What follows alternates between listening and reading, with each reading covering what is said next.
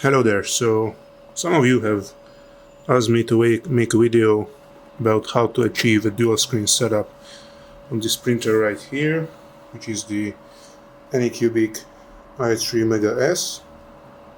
So first I'm going to demonstrate the capabilities of this dual screen setup. We have both screens working here, the basic one and the RepRap Discount full graphics smart controller connected to this Tri-Gorilla board in the printer base. So if I want to move some axes, I'm sorry about that.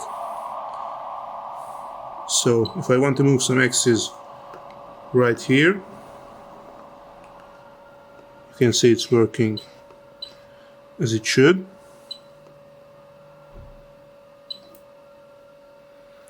Alright. And if I get over here,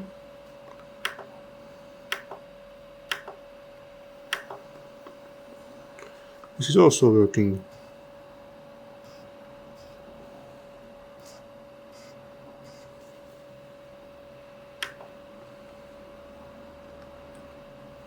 Okay, so the readouts are the same on both screens.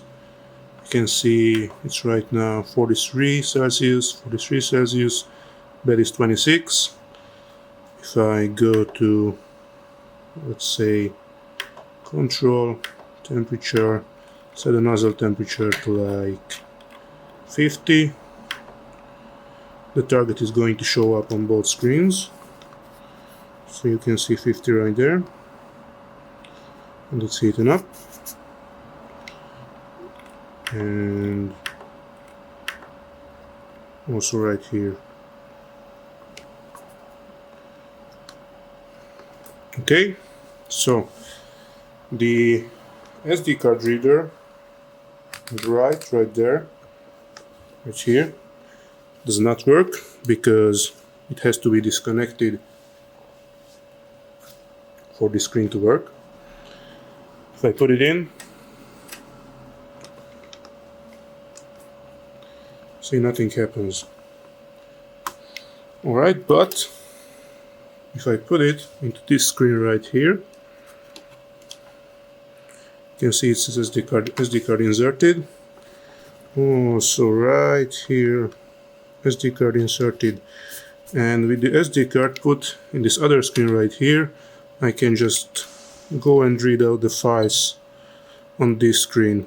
You can see these are some G-code files right here. But you can start your print from here too without any problems.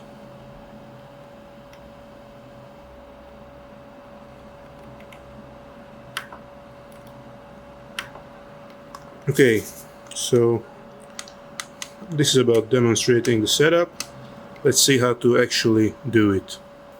Oh, I forgot to mention, you can use this for baby stepping, filament change, maybe some more advanced software changes like PID settings or steps per millimeter. Alright, so here we are. I turn the printer inside. Doing this mod isn't too hard actually. First of all, I'm going to take this base off.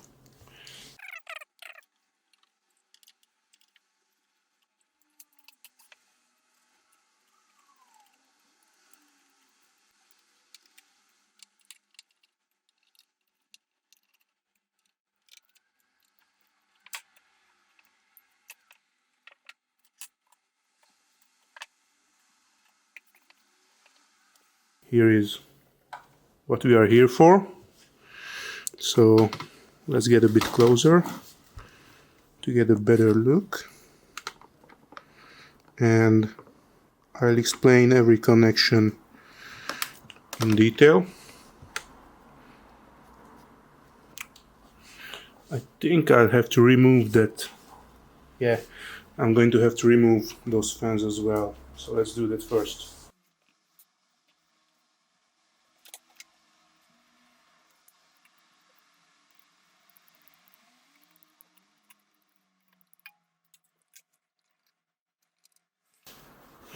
Okay, so now that these are out of the way, you can see the connections clearly. So the basic setup, you have this board. This is the i3 Mega SD hub, so to say. So you have this board sitting right here, kind of like this. I'm sorry, right here, kind of like this. And this is the SD cable actually, which goes up to this SD socket right there. So you have to take this off, plug out both connectors, and plug out both connectors, and also plug this flat cable from the SD socket. Once that's done, we can move on. So let's see what I have done here to make this work.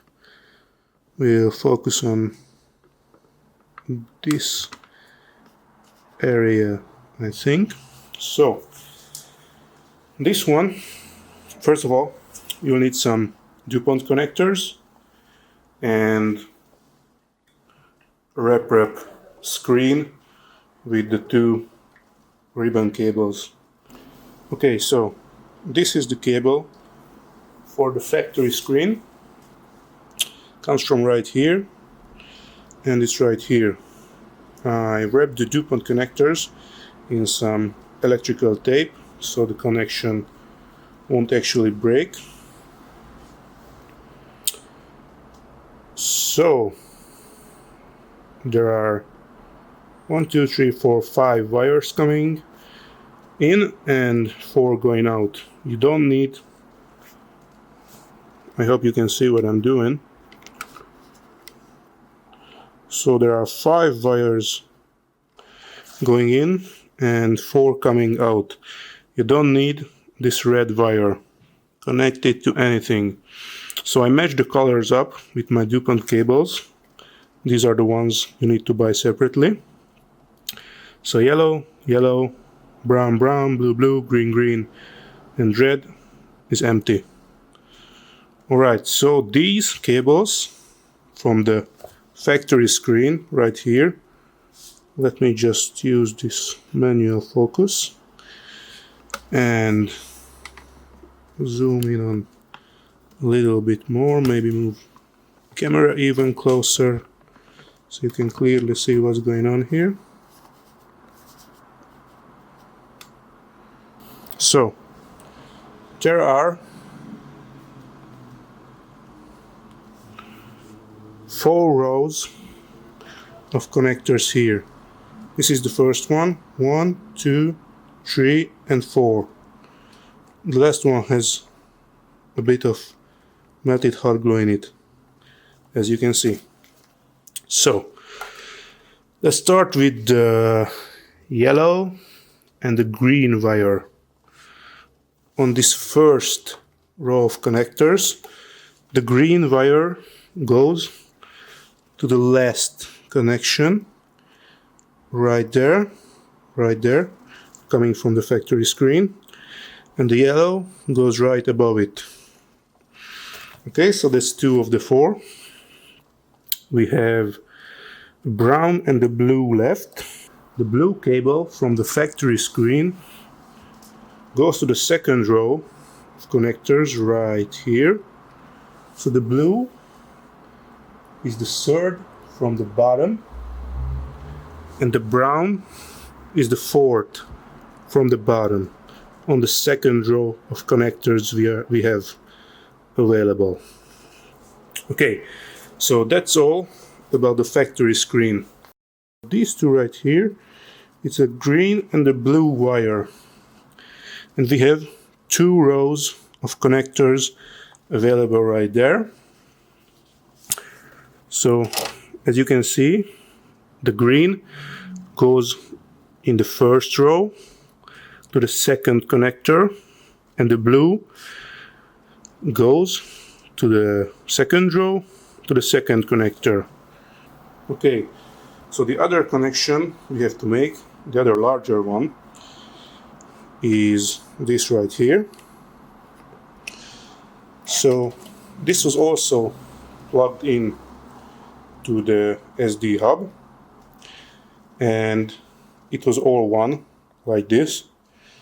So we have a brown, green, blue, yellow, black and red wire, but I had to separate the black and red wires because this is another type of connector, not like this one right here, and it would not fit 6 DuPont cables on this end.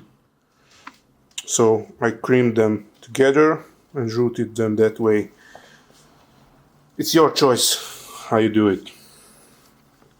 Okay, so let's see. Let's start with the two separate. It's the black and the red ones. They go right under the ones we just connected, the green and the blue, which are not the green and the blue right here because they go elsewhere. So it's just two cables, green and blue. But now let's focus on this red and black cable.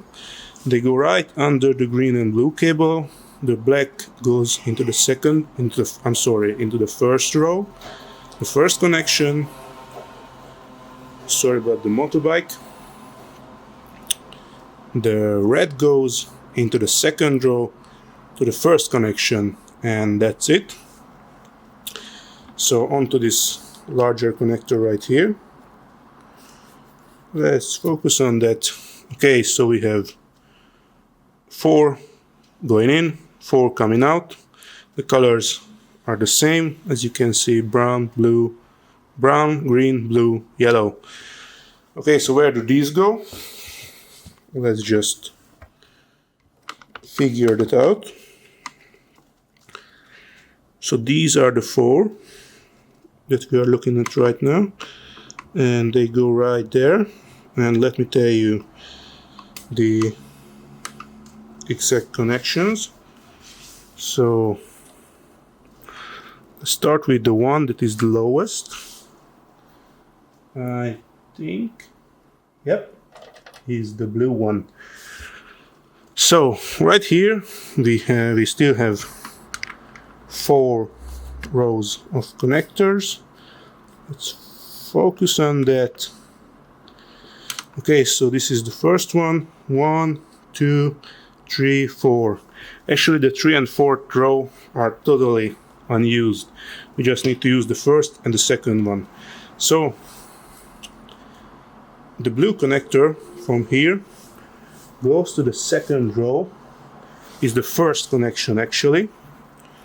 Maybe you can see a bit right there. That's it right there.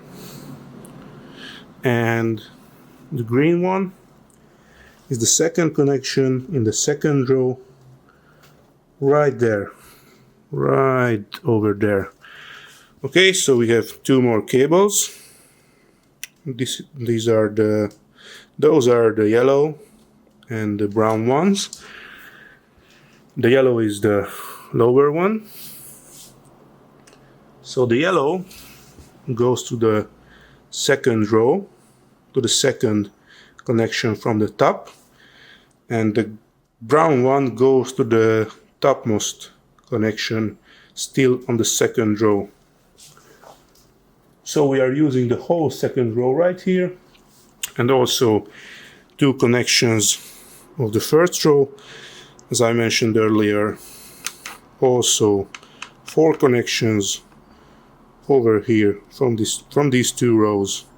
All that's left to do now is to connect your new screen right there, because now you can access these EXP1 and EXP2 connectors, because we removed that SD hub in the beginning.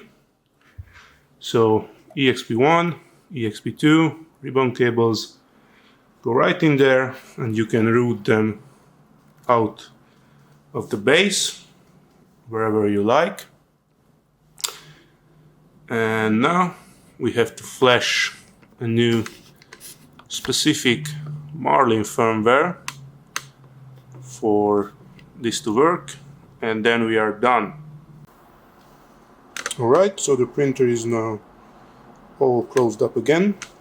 Initially I thought that I'm going to need to make some more video content, but then I realized all that's left to do now is to flash the proper .agx file on the main board, and then you're good to go. Both screens are going to work, hopefully. For the link for the hex file, I'm going to provide in the description below. You can flash it via Cura, for example. It's real easy. If you don't know how to do it, you can just look it up online. And thanks for watching. Sorry for any mistakes I did. I'm really not used to making any kind of video, but yeah, that's it. Thank you very much.